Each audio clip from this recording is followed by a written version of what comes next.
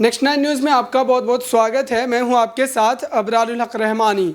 आज एक ख़ास मुद्दे के साथ मैं आपके साथ हाजिर हुआ हूं। नितिन गडकरी को लेकर के जिस तरीके से भारतीय जनता पार्टी ने कदम उठाया है, उनको संसदीय बोर्ड से बाहर का रास्ता दिखाया और नए चेहरों को संसदीय बोर्ड में जगह दी गई है।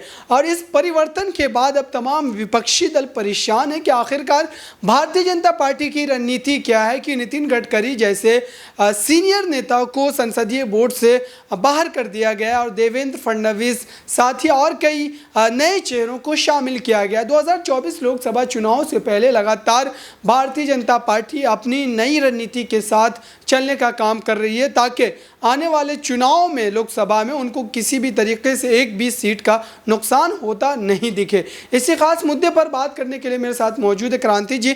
उनसे सवाल लेंगे और समझने की कोशिश करेंगे कि दरअसल नितिन गडकरी को लेकर के ये फैसला क्यों लिया गया। हालांकि नितिन गडकरी और मोदी कैबिनेट की बात की जाए यहाँ पर, तो जब एक सर्वे करवाया गया तो सबसे बेहतर परफॉर्मेंस जो है नितिन गडकरी के मंत्रालय का दिखाया गया था, लेकिन उस परफॉर्मेंस के बावजूद भी उनको संसदीय बोर्ड से बाहर का रास्ता दिखाना। आपसे मेरा प्रश्न ये रहेगा कि किस तरीके से भारतीय जनता पार्टी इन तमाम मुद्दों को लेकर के चल रही है। नितिन गडकरी को, शिवराज सिंह चौहान जैसे बड़े लीडरों को संसदीय बोर्ड से बाहर कर देना, देवेंद्र फडणवीस और 2-3 और नए चेहरों को शामिल किया गया। आपको क्या लगता है कि बीजेपी किसी नई रणनीति के साथ काम करने जा रही है? देखिए बिल्कुल, यहाँ पर जो पुरानी रणनीति थी बीजेपी की वो कहीं ना कहीं अब ज़मीनी स्तर पर जो है वो फेल होती हुई नज़र आ रही है। देखा गया है यही कि जो पुरानी रणनीति के तहत चल रही थी, बिहार में पटखनी खा गई, महाराष्ट्र में सरकार जो है वो टूटने की कगार पर है, कब कौन किसको धोखा दे के चला जाए वो भी नहीं पता। नई रणनीति के तहत अपना मिशन लोटस भी स्टार्ट किया लेकिन उसके बावजूद वो भी फेल रहा। तो देखिए यहाँ पर बीजेपी के लिए तो ज़रूरी था कि एक नए तरीके से नया आगाज़ किया जाए, तो कहीं ना कहीं ये उन नए आगाज़ की जो है एक नई भूमिका हम मान सकते हैं। यहाँ पर हम जाहिर तौर पर देख सकते हैं कि चारों तरफ जो सियासी माहौल इस समय मचा हुआ है और विपक्ष भी लगातार जो है अपने पैरों पर खड़ा होता हुआ नजर आ रहा है। जो कुछ दिन पहले तक पूर्ण रूप से धराशायी था, आज वो तमाम मुद्दे उठाते हुए नजर आ रहे हैं और बीजेपी के पास उन सवालों का जवाब नहीं है। तो कहीं ना कहीं उन सवालों के जवाब को देखते हुए वो इस वक्त अपने पार्टी के अंदर बड़ा फेरबदल कर रही है। और सिर्फ ये 1-2 चेहरे की बात नहीं है, बहुत सारे ऐसे चेहरे। अब आप देख लीजिए, गुजरात इलेक्शन से पहले जो है गुजरात में मंत्रिमंडल में फेरबदल करना, हिमाचल में चुनाव है, हिमाचल में जो है बड़े बड़े फेरबदल करना, उसके बाद फिर लगातार जो है केंद्र में भी फेरबदल करना। तो ये जाहिर तौर पर साबित करता है कि अब तस्वीर जो है बीजेपी बदलना चाहती है।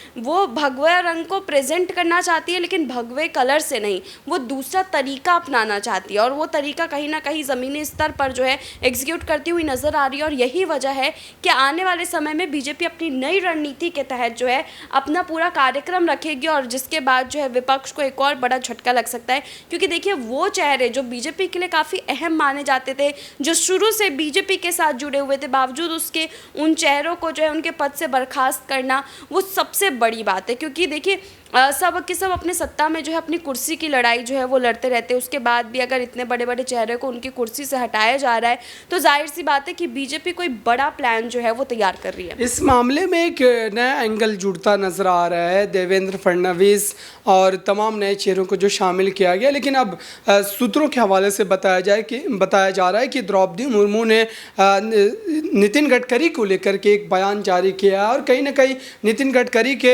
हिमायत में उनका ये बयान है और उनके द्वारा ये कहा गया है कि नितिन गडकरी जैसे सीनियर लीडर को, जो कि एबीवीपी से लेकर के आरएसएस तक तमाम जो एक तरीके से बीजेपी की जननी कही जाती है, जो भी संगठन का नाम ले रहा हूँ मैं, उनसे जुड़ने के बाद उन्होंने बीजेपी में कदम रखा और राजनीति में अपने करियर की शुरुआत की। ऐसे में द्रौपदी मुर्मू का यही कहना है कि बीजेपी की शीर्ष नेतृत्व को इस तरीके के फैसले लेने से पहले एक बार सोचना ज़रूर चाहिए था कि इससे पार्टी को आने वाले दिनों में क्या नुकसान हो सकता है। आप द्रौपदी मुर्मू के इस बयान को किस तरीके से देख रहे हैं कि उनके इस बयान से क्या बीजेपी अपने इस फैसले पर नज़रसानी करने का कोई जो एक तरीके से कदम जो है वो उठा सकती है?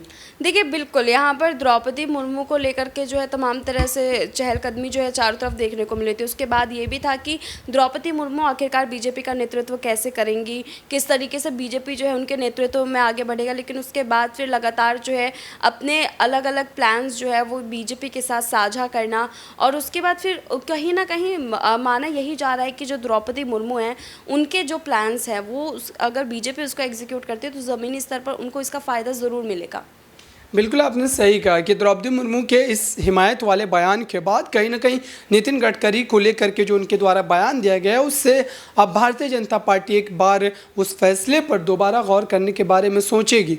लेकिन उससे इतर अगर हम बात करें जिस तरीके से लगातार अभी कांग्रेस पार्टी में तोड़ फोड़ जो है वो बरकरार है, अध्यक्ष पद की बात कर ली जाए तो अध्यक्ष के लिए कोई चेहरे पर एक तरीके से मोहर लगता नज़र नहीं आ रहा है। ऐसे में क्या बीजेपी की उस रणनीति से अब विपक्ष कुछ सीखने की कोशिश करेगा? खास करके कांग्रेस पार्टी की बात की जाए, विपक्षी अध्यक्ष पद के चेहरे को लेकर के जो एक तनातनी बनी हुई है, अशोक गहलोत से लेकर के सचिन पायलट, मल्लिकार्जुन खड़गे जैसे नेताओं के नाम सामने तो आ रहे हैं लेकिन उन नामों पर मुहर लगती नज़र नहीं आ रही। साथ ही अगर राहुल गांधी के पक्ष की बात की जाए तो राहुल गांधी को कई बार फोर्स करने की कोशिश की गई है कि आप कांग्रेस पार्टी के अध्यक्ष पद की जिम्मेदारी अपने हाथ में ले लेकिन उन्होंने सिरे से इस बात को नकार दिया है कि वो अब फिर से एक बार कांग्रेस के अध्यक्ष नहीं बनेंगे। तो बीजेपी के इस बदलते रणनीति के बाद क्या कांग्रेस पार्टी और तमाम विपक्ष जो है कहीं ना कहीं अपनी रणनीति में बदलाव करेंगे 2024 लोकसभा चुनाव से पहले? आपको क्या लग रहा है?